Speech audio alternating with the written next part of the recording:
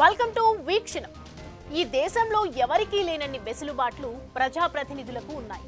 చట్టాలు చేసే వారిగా, చట్టసభ ప్రజాప్రతినిధులుగా వారిదే ఫైనల్.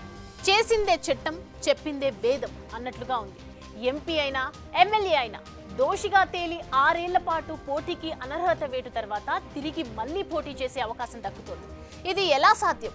చట్టాలు ఉల్లంఘించిన వారికి మళ్లీ చట్టాలు చేసే పవిత్రమైన బాధ్యత ఎలా అప్పగిస్తారు? చట్టాలు చేసే వాళ్ళు ఎంత పవిత్రంగా ఉండాలి?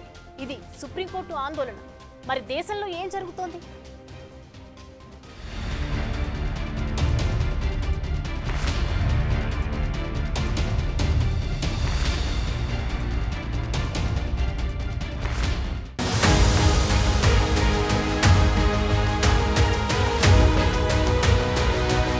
క్రిమినల్ కేసుంటే ప్రభుత్వ ఉద్యోగానికి అనర్హులు. ఎన్నికల్లో పోటీ చేయాలంటే ప్రభుత్వ ఉద్యోగి తన ఉద్యోగానికి రాజీనామా చేసి నామినేషన్ వేయాల్సిందే. ఇలా 1,00,000 రూల్స్ ఉంటాయి. అదే ప్రజాప్రతినిధి విషయమే తీసుకుంటే ఎమ్మెల్యేగా ఉంటే ఆ పదవికి రాజీనామా చేయకుండానే ఎంపీకి పోటీ చేయొచ్చు. ఇలా వీరికి 1,00,000 వెసులుబాట్లుంటాయి. ఒకరికలా ఒకరికి ఇలా. ఎందుకిలా? రూల్స్ అన్నీ ఇతరులకే, కానీ చట్టసభలకు పోటీ చేసే వారికి మాత్రం ఇవేవీ లేవు. ఒకవేళ తప్పు చేసి కోర్టుల్లో దోషిగా తేలినా సరే 6 ఏళ్ల బ్యాన్ ఉంటుంది. ఆ తరువాత షరా మామూలే. మళ్లీ రాజకీయాల్లోకొచ్చి పోటీ చేయొచ్చు. మళ్లీ చట్టాలు చేసే చట్టసభల్లో అడుగు పెట్టొచ్చు. ఇది ఇప్పటి వరకు ఉన్న లెక్క.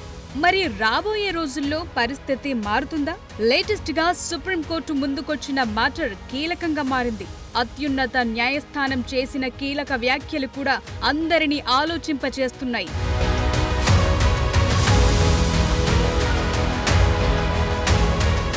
క్రిమినల్ కేసుల్లో దోషులుగా తేలిన నేతలు తిరిగి ఎన్నికల్లో పోటీ చేయకుండా జీవితకాల నిషేధం విధించాలని కోరుతూ అశ్విని ఉపాధ్యాయ్ 2016లో దాఖలు చేసిన పిల్పై జస్టిస్ దీపాంకర్ దత్తా, జస్టిస్ మన్మోహన్లతో కూడిన సుప్రీంకోర్టు ధర్మాసనం విచారణ చేసింది. అమికస్ క్యూరీ విజయ్ హన్సారియా సమర్పించిన నివేదికను ధర్మాసనం పరిశీలించింది. ఈ సందర్భంగా జరిగిన ఎంక్వైరీలో కీలక వాద ప్రతివాదాలు జరిగాయి. ఒక కొత్త చర్చకు తెరలేచింది. నేరాలు చేసి దోషులుగా తేలిన వారు 6 ఏళ్ల తర్వాత పవిత్రంగా అయిపోతారా అన్న చర్చ తెరపైకొచ్చింది. చట్టాలు చేసి అవే చట్టాలను ఉల్లంఘించిన వారు మళ్లీ పోటీ చేసేందుకు ఎలా అనుమతిస్తారన్నది సుప్రీంకోర్టు ప్రశ్న. ఇది జనం ప్రశ్న కూడా. సమాజంలో ఎవరికీ లేని వెసులుబాట్లు ప్రజాప్రతినిధులకే ఎందుకు అన్నది స్ట్రెయిట్ పాయింట్.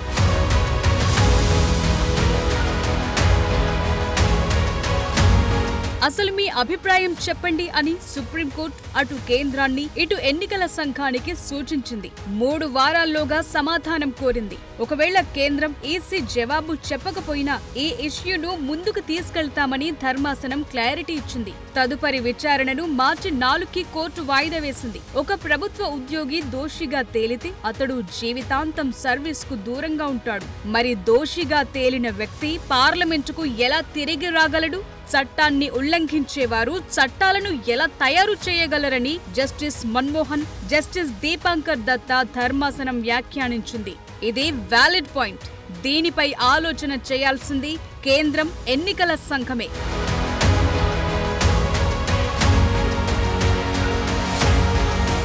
ప్రజా ప్రతినిధులపై చాలా కేసులుంటాయి. అందులో తీవ్రమైనవి కూడా ఉంటాయి. అలాంటి వాటి విచారణైతే నత్తనడకన సాగుతున్నాయి. వీటిపైన సుప్రీం ఆందోళన వ్యక్తం చేసింది. ఏళ్లకేళ్లు ఈ విచారణలేంటని ప్రశ్నించింది. రాష్ట్రంలో విచారణ పదే పదే వాయిదా పడుతుందని, అందుకు కారణాలను కూడా చెప్పలేని పరిస్థితుందని అమికస్ క్యూరీ విజయ్ హన్సారియా సుప్రీంకోర్టుకు తెలిపారు. ఎంపీ, ఎమ్మెల్యే కోర్టులు ఇంకా ఏర్పాటు చేయని రాష్ట్రాలు కూడా ఉన్నాయని గుర్తు చేశారు. అంతేకాదు, తీవ్రమైన నేరాలకు పాల్పడిన వారిని రాజకీయ పార్టీల్లో కీలక పదవుల్లో ఉండకుండా ఎన్నికల సంఘం ఒక నిబంధనను చేయలేదా అని హన్సారియా కోర్టుకు సూచించారు.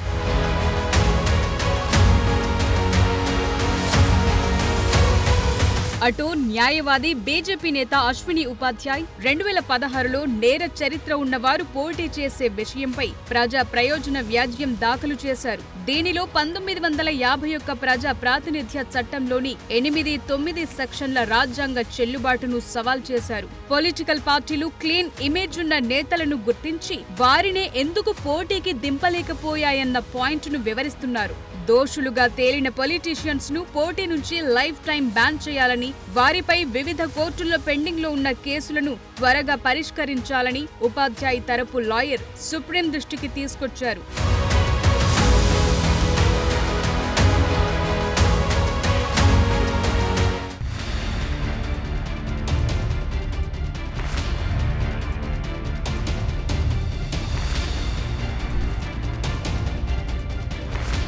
రాజకీయాల్లో ఉన్న వారిపై ఈ రోజుల్లో కేసులు చాలా కామన్ గా మారాయి. కొన్ని రాజకీయ కుట్రలతో కక్ష సాధింపు చర్యల్లో భాగంగా పెడుతున్నవి ఉంటున్నాయి. ఇంకొన్ని సందర్భాల్లో ఆర్థిక నేరాలు, అవినీతి వ్యవహారాలవి ఉంటున్నాయి. ఇందులో నిజానిజాలు ఏంటన్నది పూర్తి స్థాయి దర్యాప్తుతోనే తేలుతుంది.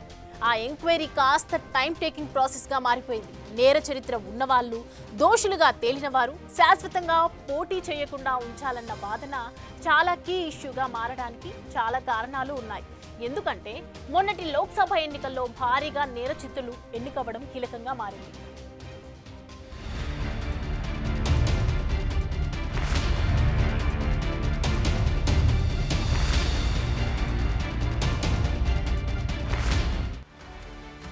ఒకవైపు సుప్రీంకోర్టు వ్యాఖ్యలు, ఇంకోవైపు పిటిషన్ల సంగతి ఒకలా ఉంటే రాజకీయ వర్గాల వాదన మరోలా ఉంటుంది. కొన్ని సందర్భాల్లో ప్రత్యర్థిని అణగదొక్కేందుకు కక్షపూరితంగా కేసులు పెడితే పరిస్థితి ఏంటన్న ప్రశ్నలు వినిపిస్తున్నాయి. అలాంటి సందర్భాల్లో పూర్తిగా నష్టపోయే పరిస్థితి ఉంటుందంటున్నారు. అటు క్రిమినల్ కేసుల్లో దోషులుగా తేలిన వారు ఎన్నికల్లో పోటీ చేయటం లేదా రాజకీయ పార్టీని ఏర్పాటు చేయటంపై లైఫ్ టైం బ్యాన్ విధించాలనే ఆలోచనను 2020 డిసెంబర్లో సుప్రీంకోర్టులో న్యాయ మంత్రిత్వ శాఖ దాఖలు చేసిన అఫిడవిట్లో తిరస్కరించింది.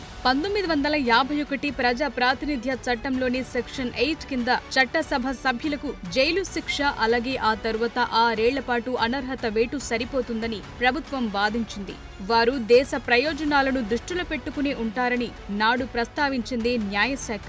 అంతేకాదు కేంద్రం తన వాదనను బలపరిచేందుకు 2019 పబ్లిక్ ఇంట్రెస్ట్ ఫౌండేషన్ కేసులో రాజ్యాంగ ధర్మాసనం నిర్ణయాన్ని 2024లో గుర్తు చేసింది. రాజకీయాలను నేరుగా పరిగణించటం అనేది చేదు నిజమని, ఏది ఏవైనా కోర్టులు చట్టాలను చెయ్యలేవన్న విషయాన్ని ప్రస్తావిస్తోంది కేంద్రం.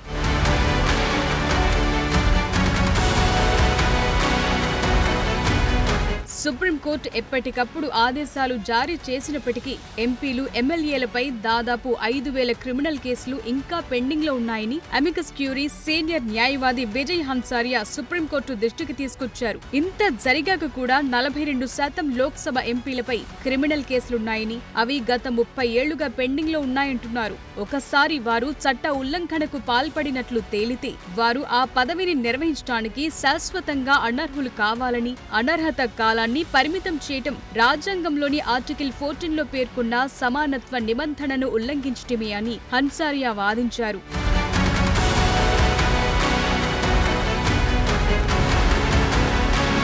అత్యాచారం, హత్య వంటి తీవ్ర నేరాల్లో దోషులుగా తేలిన 46 నుంచి 48% మంది 2-3 ఏళ్ల శిక్ష అనంతరం ఎంపీ, ఎమ్మెల్యేగా ఎన్నికై తిరిగి చట్టసభలకొస్తున్నారని, ఇది ప్రజా ప్రాతినిధ్య చట్టంలోని 8-9 సెక్షన్లకు సవాల్గా పరిణమించిందని పిటిషనర్ తరపున వాదనలు వినిపించిన సీనియర్ లాయర్ వికాస్ సింగ్ అంటున్నారు. అన్ని పార్టీలు నేర చరిత్రలను పార్లమెంటుకు పంపుతూనే ఉన్నాయంటున్నారు. శిక్ష పడ్డవారు పార్టీ పదవుల్లో ఉండరాదంటూ ఈసీ స్పెషల్ గా గైడ్ లైన్స్ జారీ చేయొచ్చన్నారు అమికస్ క్యూరీ.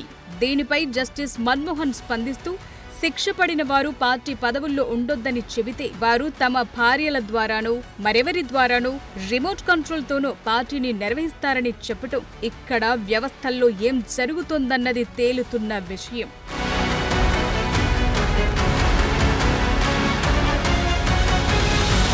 అటు ప్రజా ప్రతినిధులపై కేసులను వేగంగా పరిష్కరించే విషయాన్ని హైకోర్టులే పర్యవేక్షించాలని 2023లో నాటి CJI justice Chandrachud, justice PS Narasimha, justice Manoj మిశ్రాతో కూడిన త్రిసభ్య ధర్మాసనం నిర్ణయించింది. ఆ కారణంతో ఆ అంశాన్ని తమ ద్విసభ్య బెంచ్ రీఓపెన్ చేయటం సరైంది కాదని, దీన్ని విస్తృత ధర్మాసనానికి అప్పజెప్పాల్సిందిగా సిజే జస్టిస్ సంజీవ్ ఖన్నాకు నివేదించాలని సుప్రీం న్యాయమూర్తులు నిర్ణయించారు. నిజానికి ప్రజా ప్రతినిధులపై ఉన్న కేసుల విచారణ పెండింగ్లో పడటానికి చాలా కారణాలున్నాయంటున్నాయి. ఒక్కో రాష్ట్రంలో పరిస్థితి ఒక్కోలా కనిపిస్తోంది. నిందితులు హాజరు కాకపోవటం, పదే పదే వాయిదాలు కోరటం, సాక్షులు సకాలంలో రాకపోవటం, ఇలాంటి విషయాలపై వాద ప్రతివాదాలు నడిచాయి. అయితే సుప్రీం ధర్మాసనం రౌస్ అవెన్యూ కోర్టు ప్రొసీడింగ్స్ ను ప్రస్తావించింది. రాజకీయ నాయకులపై కేసుల విచారణ అక్కడ స్పీడ్ గా జరుగుతోందని ప్రస్తావించింది ద్విసభ్య ధర్మాసనం.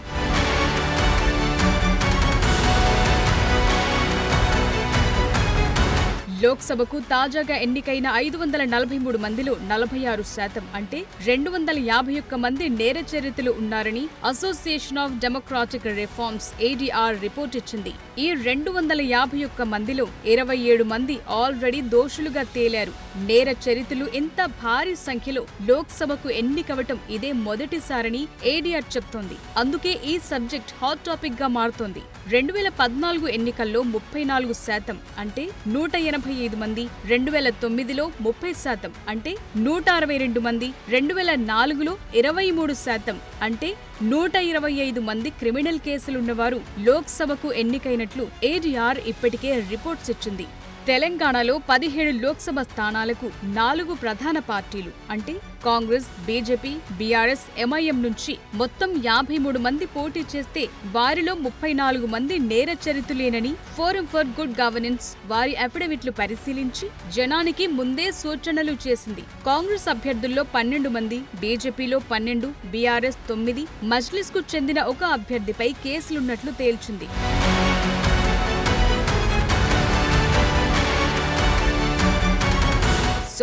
కేసులు, రాజకీయాలు ఒకదానికొకటి ఇంటర్లింక్ గా ఉంటున్నాయి. అసలు కేసులు లేని వారు లీడర్లు ఎలా అవుతారని ప్రశ్నించేవారు ఉన్నారు. అవి కక్ష సాధింపు కేసులైనా మరొకటైనా పాలిటిక్స్ లోకొస్తే అన్నిటినీ ఫేస్ చేసేందుకు సిద్ధంగా ఉండాల్సిందే అన్న పాయింట్ కూడా చర్చకొస్తోంది.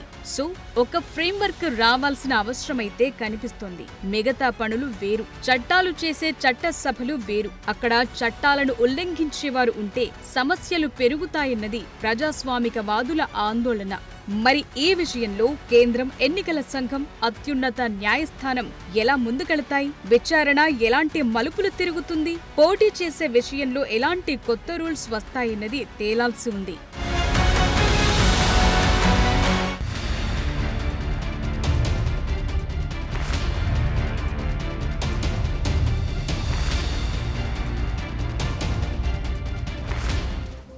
నేరస్తులు దోషులుగా తేలిన వారు మళ్లీ చట్టసభల్లోకి వచ్చి చట్టాలు చేసే పొజిషన్లో ఉండడం కరెక్ట్ కాదన్న వాదన అయితే పెరుగుతోంది.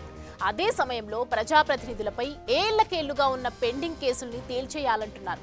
మరి రాబోయే రోజుల్లో ఈసీ, కేంద్రం నిర్ణయాలు ఎలా ఉంటాయో చూడాలి. For more videos like this, subscribe Big TV channel.